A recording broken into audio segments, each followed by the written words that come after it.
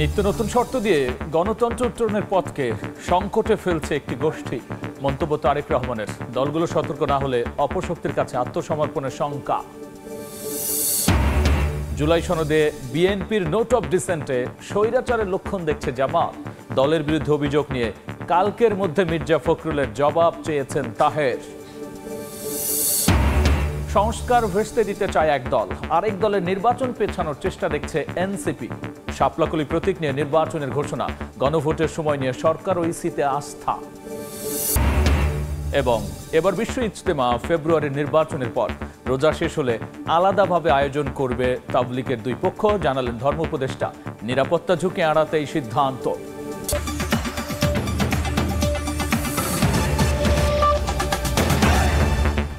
জনপদের সময় সঙ্গে আছি আমি গোলাম রাব্বি।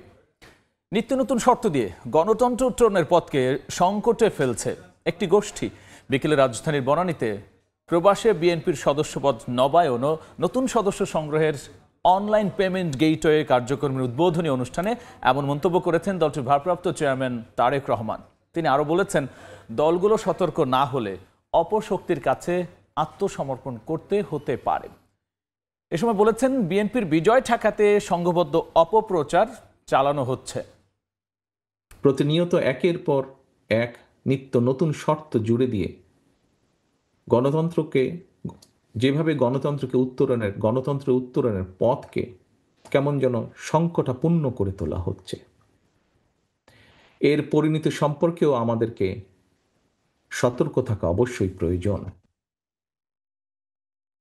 সম্মানিত সকল উপস্থিতিবৃন্দ, কৌশল এবং অপকৌশলের মধ্যে আমরা পার্থক্য বুঝতে ব্যর্থ হলে কোনো অগণতান্ত্রিক কিংবা অপশক্তির কাছে শেষ পর্যন্ত বিনা শর্তে আত্মসমর্থনের পথে হাঁটতে হয় কিনা, বাংলাদেশের এই মুহূর্তে মাঠে থাকা সকল গণতান্ত্রিক রাজনৈতিক দলগুলোকে এমন বিপদের কথাও স্মরণ রাখার জন্য আমি বিনীত অনুরোধ জানাই।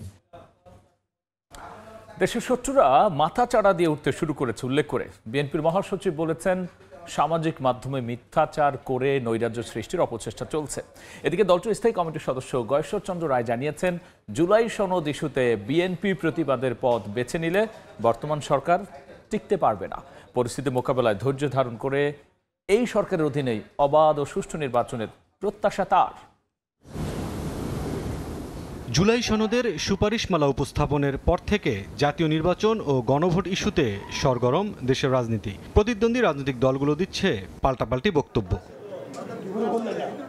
এমন পরিস্থিতিতে দুপুরে নয়াপল্টনে দলের কেন্দ্রীয় কার্যালয়ে ৭ নভেম্বর জাতীয় বিপ্লব ও সংহতি দিবসকে সামনে রেখে যৌথ সভা করে বিএনপি। বৈঠক শেষে ব্রিফিংয়ে দলের মহাসচিব মির্জা ফখরুল ইসলাম আলমগীর জানান, এবছর দিবসটি উপলক্ষে 10 দিনব্যাপী কর্মসূচি পালন করবে বিএনপি। আমরা 10 দিন ব্যাপী কর্মসূচি নিয়েছি। এই কর্মসূচিতে 5 নভেম্বর থেকে 13 নভেম্বর পর্যন্ত। বিএনপি মহাসচিব অভিযোগ করেন, সামাজিক যোগাযোগ মাধ্যমে মিথ্যাচারের মধ্য দিয়ে দেশে নৈরাজ্য সৃষ্টির চেষ্টা চলছে। বাংলাদেশের শত্রুরা তারা আবার মাথা চালা দিয়ে উঠতে শুরু করেছে, মাথা তুলে উঠতে শুরু করেছে। দুর্ভাগ্যক্রমে আমরা দেখছি যে সোশ্যাল মিডিয়াতেও সেই প্রোপাগান্ডা, মিসইনফরমেশন, মিথ্যা প্রচার দিয়ে বাংলাদেশে একটা নৈরাজ্য সৃষ্টি করার প্রক্রিয়া চলছে। এদিন সকালে আলাদা কর্মসূচিতে অংশ নিয়ে জুলাই সনদ ইস্যুতে চলমান বিতর্কের বিষয়ে সরকারের নীরবতা নিয়ে প্রশ্ন তোলেন বিএনপির স্থায়ী কমিটির সদস্য গয়েশ্বরচন্দ্র রায়। বলেন, প্রতিবাদের ভাষা হিসেবে মাঠে নেমে সরকারকে হুমকিতে ফেলতে চায় না তার দল। 7 জন কমিশনার যে প্রতারণা করছে এটা সাধারণ মানুষও বুঝছে। যেভাবে প্রতিবাদ করার কথা আমাদের পক্ষ থেকে, আমরা সেভাবে প্রতিবাদ করছি। কারণ আমরা যদি প্রতিবাদ করি বা আমরা যদি মাঠে নামি, তাতে সরকার টিকে থাকবে কিনা সম্ভব। তাই অত্যন্ত ধৈর্যের সাথে, গণতন্ত্রের সাথে এবং দেশের শান্তিপূর্ণ অবস্থা যাতে বিরাজমান থাকে এবং একটি সুষ্ঠু নির্বাচন আমরা চাই এই সরকারের মাধ্যমে সম্পন্ন হবে। রাষ্ট্র ক্ষমতায় আসার জোরালো সম্ভাবনা থাকায় বিএনপিকে বিতর্কিত করার চেষ্টা অব্যাহত আছে বলেও অভিযোগ করেন বিএনপি নেতারা। মুরসালিন হক জুনায়েদ, সময় সংবাদ, ঢাকা। জামাতকে নিয়ে বিএনপির অভিযোগের বিষয়ে কালকের মধ্যে মির্জা ফখরুলের ব্যাখ্যা চায় দলটি। বিএনপি সংস্কারের পাশাপাশি জামাতের বিরোধিতা করছে বলেও অভিযোগ জামায়াত নেতাদের জুলাই সনদে বিএনপির নোট অফ ডিসেন্টে স্বৈরাচারের লক্ষণও দেখছে দলটি। সমসাময়িক রাজনৈতিক পরিস্থিতি নিয়ে মগবাজার কেন্দ্রীয় কার্যালয়ে সংবাদ সম্মেলন বাংলাদেশ জামায়াতে ইসলামীর। অন্তর্বর্তী সরকার কম্প্রোমাইজের মাধ্যমে সবাইকে সন্তুষ্ট করার চেষ্টা করছে মন্তব্য করে দলটির নায়েবে আমির ডাক্তার সৈয়দ আব্দুল্লাহ মোহাম্মদ তাহের জামায়াতের বিরুদ্ধে যে সমস্ত অভিযোগ করেছে বিএনপি তার ব্যাখ্যা আগামীকালের মধ্যে দিতে বিএনপি মহাসচিবের প্রতি আহ্বান জানান। এছাড়া জুলাই সনদে বিএনপির দেয়া নোট অফ ডিসেন্টে স্বৈরাচার হওয়ার আকাঙ্ক্ষা দেখা যায় বলেও মন্তব্য তাহেরের। সংস্কারের বিরোধিতার সাথে সাথে জামাত ইসলামীকে টার্গেট করে বিরোধিতা করা শুরু করে, তাহলে কোনটা মিথ্যা বললাম এ কথা আমাদের জানার অধিকার আছে। আমি ফখরুল সাহেবকে অনুরোধ করব, উনি আগামীকালের ভিতরে বা ওনার সময় মতো জামাত ইসলাম কোন কোন পয়েন্টে মিথ্যা বলছে এটা জাতির কাছে পরিষ্কার করবে। এর আগে বিকেলে রাজধানীর কাকরাইলে জামায়াত আয়োজিত ফ্যাসিবাদের কালো থাবা ও আগামীর বাংলাদেশের চ্যালেঞ্জ শীর্ষক সেমিনারে এ মন্তব্য করেন তিনি। বলেন, সংস্কার প্রশ্নে কোনো আপোষ করবে না জামায়াত, কারো চাপে মাথা নত না করে জুলাই সনদ বাস্তবায়ন করতে হবে। রিফর্মসে ছিল প্রধানমন্ত্রী এবং দলের প্রধান একজন হইতে পারবে না। কোনো ব্যক্তি একাধারে হোল লাইফ টাইমে 10 বছরের বেশি প্রধানমন্ত্রী হইতে পারবে না। এটার বিরোধিতা করা মানে কি? যে ওনারা আবারও স্বৈরাচার হওয়ার একটা চিন্তাভাবনা মাথায় আসে। সংস্কার বাংলাদেশের মানুষের জন্যে, গণতন্ত্রের জন্যে, সুশাসনের জন্যে, ডেভেলপমেন্টের জন্যে, ডেমোক্রেসির জন্যে এটা অপরিহার্য। এখানে আমরা কোনো আপোষ মানি না। সরকার প্রধান হিসেবে ডক্টর ইউনূস অনন্য। গত 1 বছরে তা তিনি প্রমাণ করেছেন বলেও মত জামায়াতে ইসলামীর নীতি নির্ধারণী পর্যায়ের এই নেতার। আনার ষড়যন্ত্র। ওয়ালিউল সাকিব, সময় সংবাদ, ঢাকা। অবশেষে শাপলাকলি প্রতীক নিতে রাজি এনসিপি। সিসির সঙ্গে বৈঠকের পর প্রতীক বরাদ্দ দিয়ে গণবিজ্ঞপ্তি জারির আহ্বান জানিয়েছে দলটি। এদিকে ইসি সচিব জানিয়েছেন, দেশে এখন মোট ভোটার 12,76,00,000-এর বেশি। চূড়ান্ত তালিকা প্রকাশ করা হবে 18 নভেম্বর। শাপলা প্রতীক নিয়ে এনসিপি ও ইসির অনড় অবস্থানের অবসান ঘটিয়ে গত বৃহস্পতিবার প্রতীকের তালিকায় শাপলাকলি অন্তর্ভুক্ত করে কমিশন। এর 2 দিন পর রোববার কমিশনে হাজির দলটির 3 সদস্যের প্রতিনিধি। প্রধান নির্বাচন কমিশনারের সঙ্গে 1 ঘণ্টার বৈঠক শেষে এনসিপির মুখ্য সমন্বয়ক নাসিরউদ্দিন পাটোয়ারি জানান, নির্বাচনের সময় ঘনিয়ে আসায় প্রতীক নিয়ে আর পড়ে থাকতে চান না তারা। এ কারণে শাপলাকলিতেই রাজি হয়েছে এনসিপি। আমরা শাপলাকলি নিব, বৃহত্তর স্বার্থ চিন্তা করে এই ডিসিশনটা নিচ্ছি। কিন্তু ইলেকশন কমিশনের যে স্বেচ্ছাচারী আচরণ, এটা পুরো বাংলাদেশের সামনে স্পষ্ট হয়েছে। তাদেরকে আমরা আহ্বান জানিয়েছি যে দ্রুত গতিতে যাতে এনসিপির যে নিবন্ধন প্রক্রিয়া এটা সম্পূর্ণ করে ধানের শীষ এবং শাপলাকলির হাড্ডাহাড্ডি লড়াই হবে। ইসিকে ইঞ্জিনিয়ারিং কমিশন আখ্যা দিয়ে নাসিরউদ্দিন পাটোয়ারি জানান, জোটের ব্যাপারে এখনো সিদ্ধান্ত হয়নি। যে কোনো দলের নির্বাচন প্রতীক কোনো নমিনেশন বাণিজ্যের প্রতীক হতে পারে না। আমরা এটাকে নির্বাচন কমিশন বলতে পারি না বা ইলেকশন কমিশন বলতে, এটাকে ইঞ্জিনিয়ারিং কমিশন বলতে পারি আমরা। এই ইঞ্জিনিয়ারিং কমিশনে এসেছি, এখানে অনেক কিছু ইঞ্জিনিয়ারিং হচ্ছে।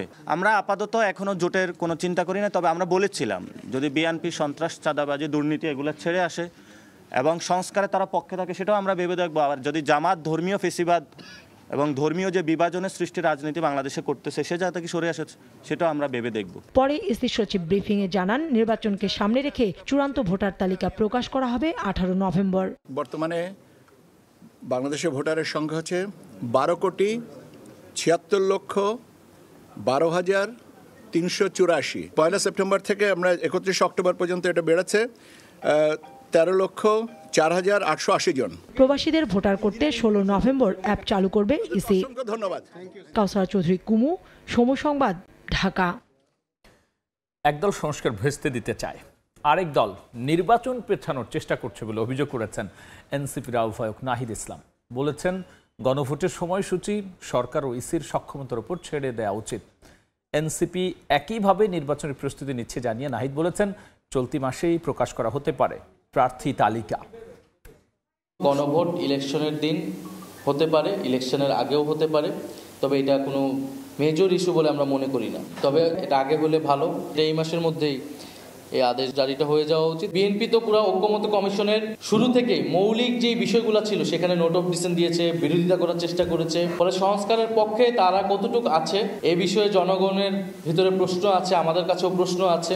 জামাতের কার্যক্রমে মনে হচ্ছে যে তারা নির্বাচনকে পেছানোর কোনো দুরভিসন্ধি আছে কিনা। ফলে একদল সংস্কারকে ভিস্তে দিচ্ছে, আরেক দল নির্বাচনকে পেছানোর চেষ্টা করছে। সংস্কারের বিপক্ষে যদি কোনো দল অবস্থান নেয়, নির্বাচনের জয়ের না প্রশ্নই আসবে না, বরং রাজনীতি থেকেই তাদেরকে হারিয়ে যেতে হবে। এখন পর্যন্ত আমরা 300 আসন ধরেই আগাচ্ছি।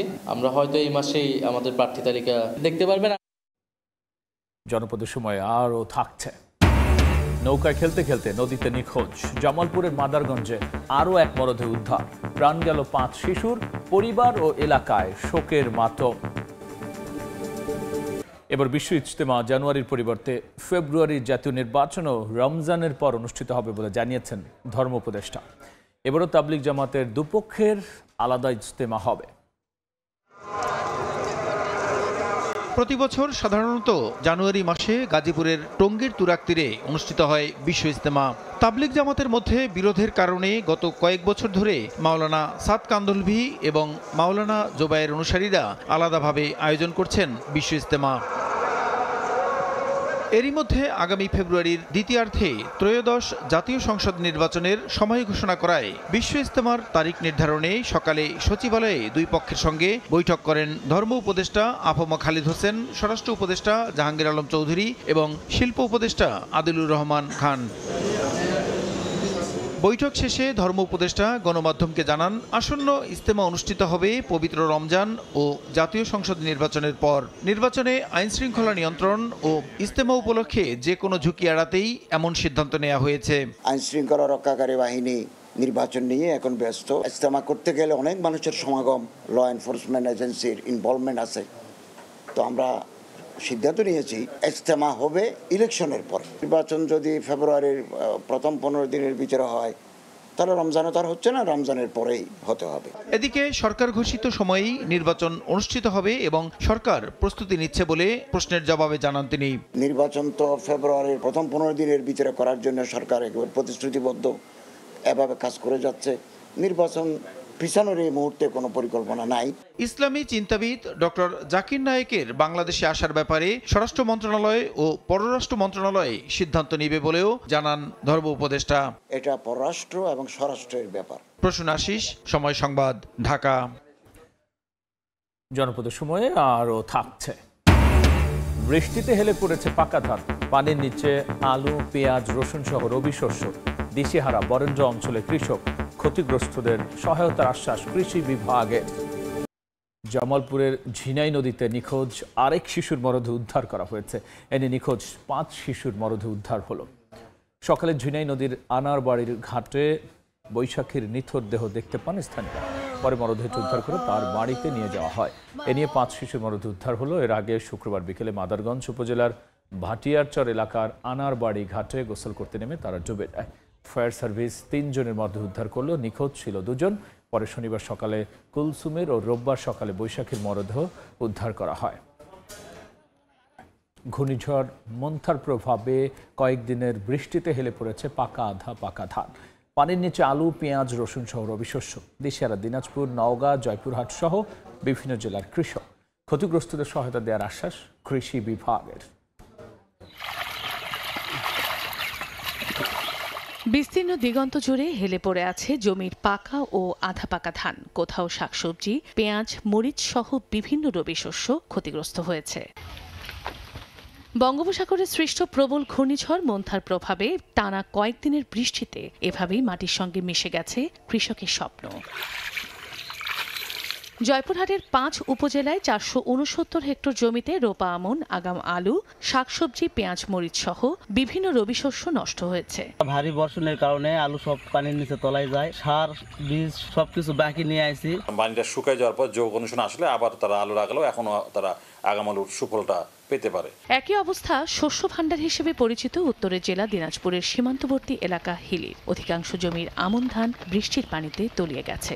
যেখানে ফলন হয়তো আপনার 20 মণ, বর্তমানে 7-8 মণ, 7-8 মণের মধ্যে খাওয়ার উপযুক্ত না। ফলন হবে না, কারণ এই যে কাঁচা ধান পাকেনি, যেগুলো কলা পাকা হয়ে গেছে সেগুলো দ্রুত কর্তনের জন্য আমরা পরামর্শ দিচ্ছি। টানা বৃষ্টির প্রভাব থেকে রক্ষা পায়নি মানিকগঞ্জের রবি শস্য, পানির নিচে তলিয়ে গেছে মুড়ি কাটা পেঁয়াজ সহ নানা শস্য, ক্ষতিগ্রস্ত হয়েছে শত শত হেক্টর জমির ধান। ক্ষতির পরিমাণ নির্ধারণ করে কৃষকদের প্রণোদনা দেওয়ার আশ্বাস কৃষি বিভাগের। পেঁয়াজ হলে 16 আনা ক্ষতি হয়ে গেছে, ইরি ধান করা হয়েছে সেটাও ক্ষতি হয়েছে। যে সমস্ত কৃষকের ক্ষতি হবে, ক্ষতির আওতায় আসবে, তাদেরকে আমরা কৃষি প্রণোদনার মাধ্যমে তাদের এই ক্ষতি পুষিয়ে নেওয়ার জন্য আমরা ব্যবস্থা করব। নওগাঁর মান্দা, নিয়ামতপুর, পত্নীতলা, সাপাহার, মহাদেবপুর, বদলগাছি ও ধামইর হাট উপজেলার প্রায় 14,000 হেক্টর জমির ধান ও 2,000 হেক্টর জমির আলুর বীজতলা ক্ষতিগ্রস্ত হয়েছে। চন্দ্রা বিশ্বাস, ববি, সময় সংবাদ। সারা বিশ্বে অল সোলস ডে পালন করছেন খ্রিস্টান সম্প্রদায়ের মানুষ। এর অংশ হিসেবে যথাযোগ্য মর্যাদা ও ধর্মীয় ভাব গাম্ভীর্যের মধ্যে দিয়ে চট্টগ্রামে পালিত হলো দিনটি। বিকেল থেকে রানী জপমালা গির্জার কবরস্থানে পরিবারের সদস্যদের নিয়ে আসা শুরু করেন সম্প্রদায়ের মানুষ। সমাধিতে ফুল দিয়ে প্রজ্বলন করা হয় মোমবাতি, প্রয়াতদের স্মরণ ও তাদের আত্মার শান্তি কামনা করা হয় প্রার্থনা। দিনটি জীবিতদের মনে করিয়ে দেয় মৃত্যুই শেষ নয়, বরং স্মৃতি, প্রার্থনা আর ভালোবাসার মধ্য দিয়ে চিরজীবী থাকে আত্মারা। জনপদের সময়ের শীর্ষ সংবাদ জানিয়ে দিচ্ছে আরও একবার। নিত্য নতুন শর্ত দিয়ে গণতন্ত্র উত্তরণের পথকে সংকটে ফেলছে একটি গোষ্ঠী। মন্তব্য তারেক রহমানের। দলগুলো সতর্ক না হলে অপশক্তির কাছে আত্মসমর্পণের শঙ্কা। জুলাই সনদে বিএনপির নোট অফ ডিসেন্টে স্বৈরাচারের লক্ষণ দেখছে জামাত। দলের বিরুদ্ধে অভিযোগ নিয়ে কালকের মধ্যে মির্জা ফখরুলের জবাব চান তাহের। এবং সংস্কার ভেস্তে দিতে চায় এক দল, আরেক দলের নির্বাচন পেছানোর চেষ্টা দেখছে এনসিপি। শাপলাকলি প্রতীক নিয়ে নির্বাচনের ঘোষণা, গণভোটের সময় নিয়ে সরকার ইসিতে আস্থা।